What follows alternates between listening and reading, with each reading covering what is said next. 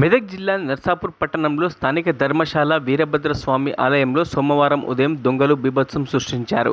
ఆలయంలో 30 సంవత్సరాలుగా ఉన్న లలితా త్రిపుర సుందరి పంచలోహ అమ్మవారి విగ్రహాన్ని ఎత్తుకుపోయారని రాజా పురోహితులు రాధాకృష్ణ శర్మ, శివకుమార్ మీడియాతో తెలిపారు. అధికారులు వెంటనే స్పందించి ఆలయానికి న్యాయం చేయాలని ఈ సందర్భంగా వారు కోరారు. ఫిర్యాదు మేరకు కేసు నమోదు చేసి దర్యాప్తు చేస్తున్నారు పోలీసులు.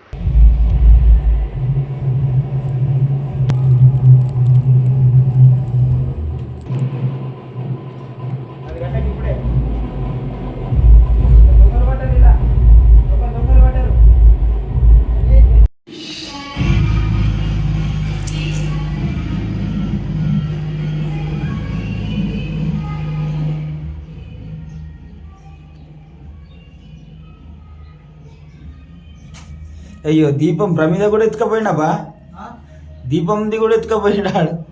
అయ్యో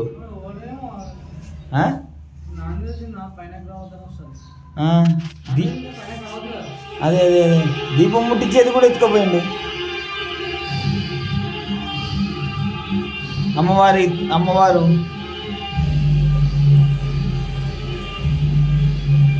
మరిన్ని అప్డేట్స్ కోసం మా ఛానల్ని సబ్స్క్రైబ్ చేయండి.